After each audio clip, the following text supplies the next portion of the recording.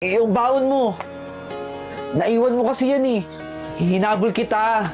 Nay, dapat hindi niyo na po ako hinabol. Ika-ika na nga po kayo. Kayo lang po yung mapapagod. Pero salamat pa din po, Nay. Pagpasensyahan mo na. Bakit, Ti Guzman? May problema ba? Wala, De La Cruz. O sige, Nay. Mag-iingat po kayo, ha. Salamat po ulit. Hi, classmate! Pasensya na, ha? Pilay kasi ako, eh. Uy! Andiyan pala si De La Cruz! Hindi pala ako pilay. Yung nanay pala ni De La Cruz yung pilay. O bakit? Totoo naman, De La Cruz, di ba? Pilay yung nanay mo. Kaya nga ayaw mong papasukin sa eskwela natin eh. Kasi kinakahiya mo. Di Guzman, tumigil ka na. Hindi lang kasi ako yung nakakita eh. Marami sa atin sa mga classmate natin na nakakita na kinakahiya mo yung nanay mo, De La Cruz. Hindi yan totoo, Di Guzman. Wala kayong alam sa pamilya namin. Kaya pwede ba tumigil ka na? Ayan, aalis siya. O di ba, umalis? Ma'am, paano po makakapunta dito sa school yung nanay ni De La Cruz? Di ba po pilay yun? Mahihirapan po maglakad. Di ba, De La Cruz? Ma'am, totoo naman po eh.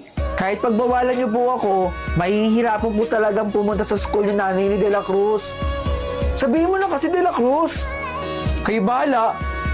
Basta nagsasabi lang ako eh. Di ba? Salamat, ma'am. Ingat po. Bye, De La Cruz. Nay, pagbilan nga po ako ng isang stick niyan. Kumuha ka na lang dito. 10 piso ang isang stick, ha? Ito po yung bayad ko po. Teka, kayo po yung nanay ni De La Cruz, di ba? Oo, nanay ako ni De La Cruz. Nagtitinda po kayo? Para meron kami pangkain sa bahay. Nay! Anak! De Guzman! Bakit ka nandito? Manlalait mga away ka na naman ba? Ha? Umalis ka na rito, De Guzman! Lubayan mo kami ng nanay ko! Ano ba yan? Ang baho-baho naman dito. Bakit kasi dito ako pinadala ng boss kong Chinese eh? Dami-dami pwede puntahan. Dito pa. Magandang araw po. Dito po kayo nagtatrabaho, no? Obvious naman eh. Ang dumi-dumi ng damit ninyo. Tsaka mukha kayong mabaho. Saan ba dito yung office ninyo? Pupuntahan ko yung boss mo. Hindi ka ba magsasalita? Kanina pa ako dito, oh. Baho-baho sa lugar nyo. Kung ayaw magsalita, pupunta ako doon. Hahanapin ko.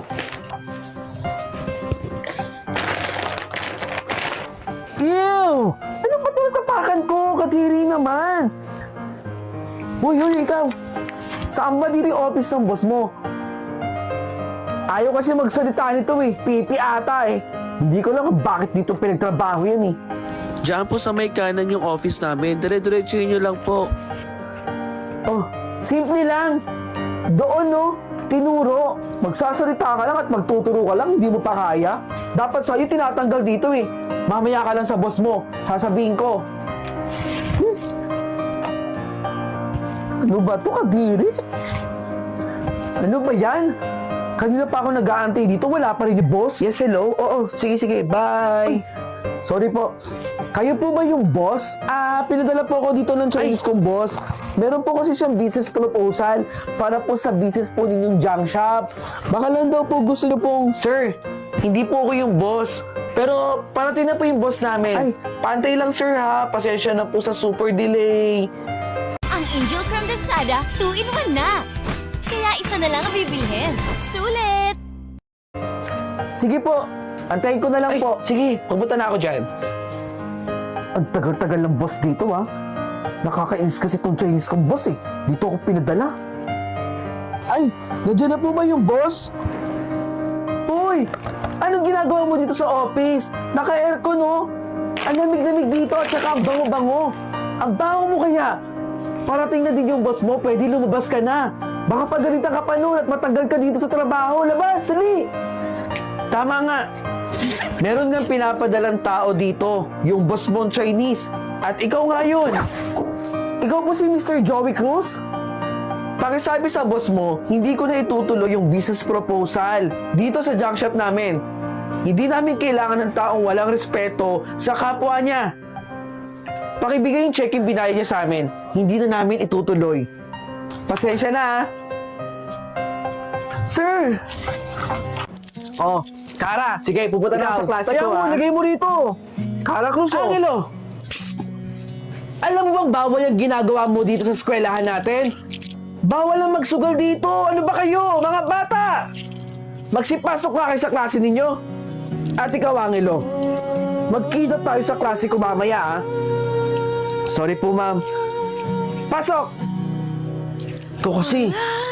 Ba't kasi dito tayo nagkarakrus? Pwede naman dun sa labas eh. Okay, class. Get one sheet of paper para sa exam natin. Pwede akong papel oh. Wala kasi akong papel dito eh. Angelo, mag-uusap pa tayo ah. At saka, teka nga lang. Bakit ka ba naka-jacket? Tirik na tirik ang araw oh. Baliw na ata yan si Angelo eh. Para yung jacket, ang init-init. Bakit? Naiinggit kayo no? Wala kayong ganito kagandang jacket Hoy, no? hindi kami nainggit, no? Class, quiet!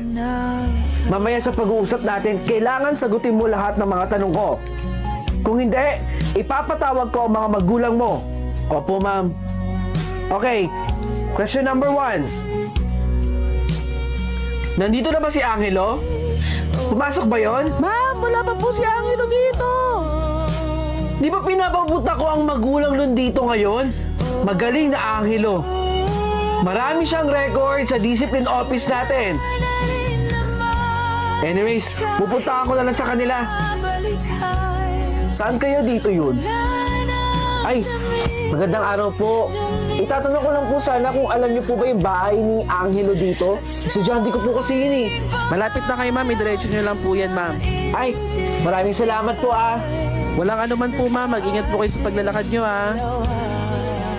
Tao po. Huwag mo nasaktan yung kapatid ko. Kahit ako na lang po. Boses si Angelina. Huwag niyo lang po siyang sasaktan. Alam ko pong lasing kayo. Ako na lang po yung saktan ninyo. Huwag po yung kapatid ko.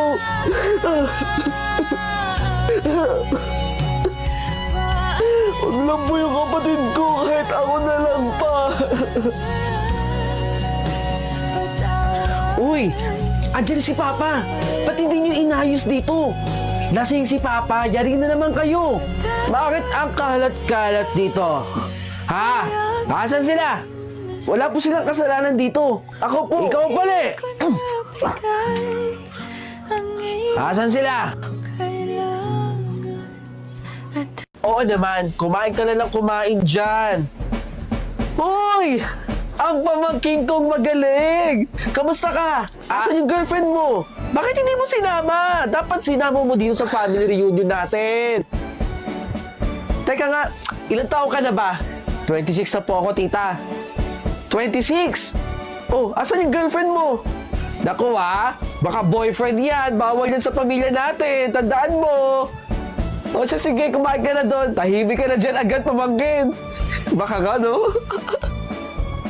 Eto na yung regalo ko sa'yo. Kunin mo na. Uy! May! Hello po, tita. Ba't ang laki ng tiyan mo? Buntis ka ba? Hindi po. Busog lang po ako, tita. Ha? Hindi ka buntis? So, tumaba ka? Diyos ko po, tumaba ka, May! Teka, ilang taon na kayong kasal, di ba na asawa mo? 2 taon na po kaming kasal. Bakit hindi ka pa nagkakaanak? Dapat magkaanak na kayo.